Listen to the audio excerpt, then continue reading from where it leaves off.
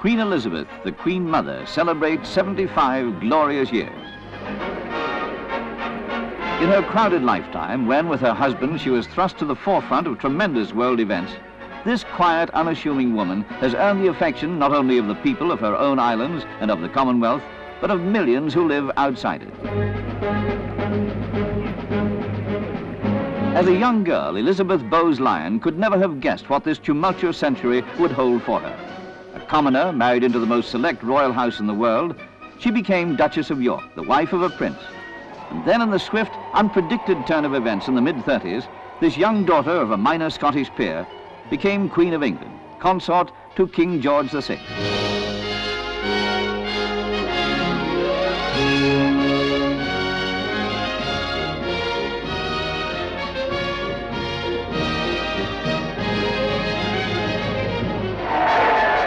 That famous balcony, someone once called it the hyphen in British history, a focus for the strength of a nation.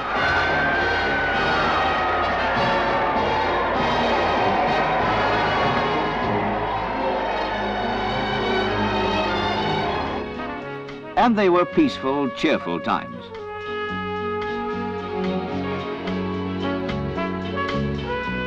A mighty liner was named after her. But those sunnier days couldn't last. Twice now in her lifetime, German ambitions clouded the golden summers. War was declared. Throughout the Blitz, with the King, she stayed in London, touring the bomb-ravaged East End. When Buckingham Palace itself was bombed, she felt it as a relief. She could then look the East Enders in the eye. But even misery must end. That delirious VE Day.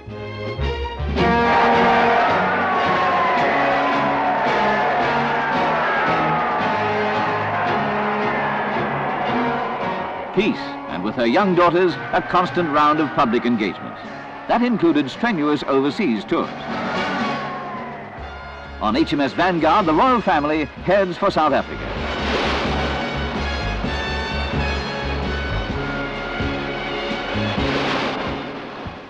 Soon afterwards, her daughter Elizabeth was to marry a handsome royal prince, the Duke of Edinburgh.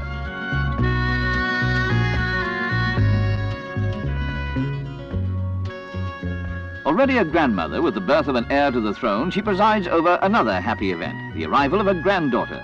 Prince Charles casts a critical eye at this new phenomenon.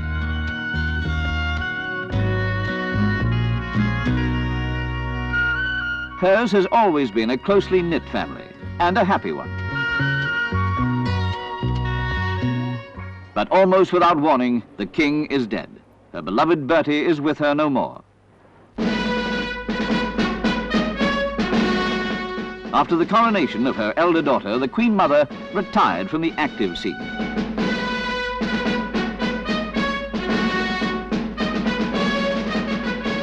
With the same cheerful acceptance with which she took up the duties her own marriage placed upon her, now she moved quietly aside.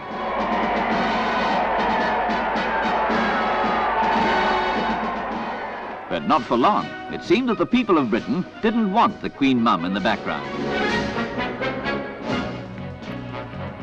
She opened the Zambesi Dam.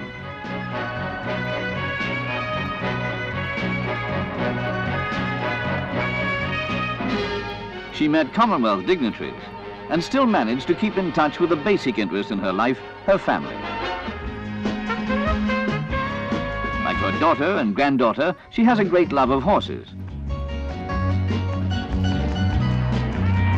And a stable that brings home the cups and trophies, although, of course, there have been disappointments.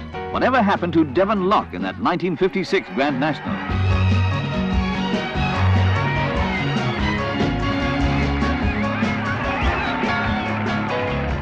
A Derby day is never missed. Here she really enjoys herself.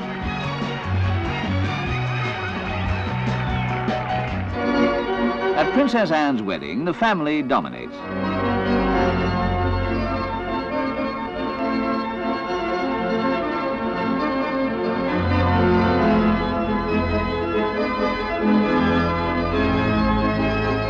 The royal engagements go on. Through them all, her own quiet competence in the job in hand, her own personality, as always, keep the show on the road.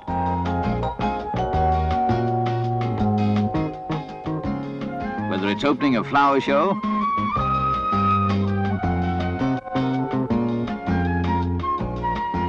or attending an official function. The Queen Mother knows all about the business of royal occasions. She tackles the task capably and well.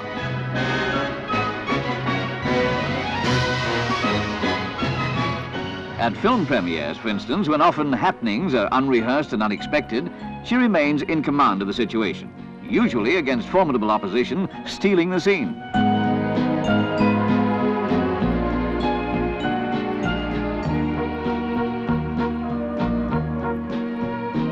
"75 years. Whatever one might think of the institution of royalty, hers has been and still is a profoundly useful life. And if at times she wonders whether a faster-moving world, a material world of youth, noise and rush has now any relevance for her, in some quiet backwater she will find her answer.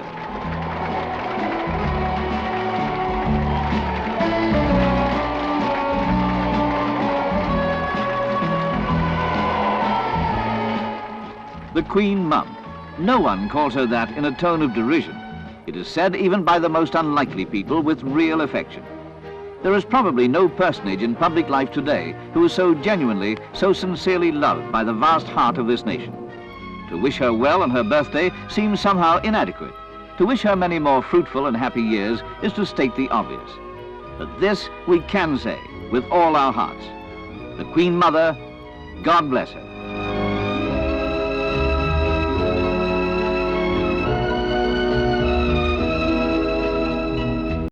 We'd love you to subscribe to the British Movietone channel for regular updates.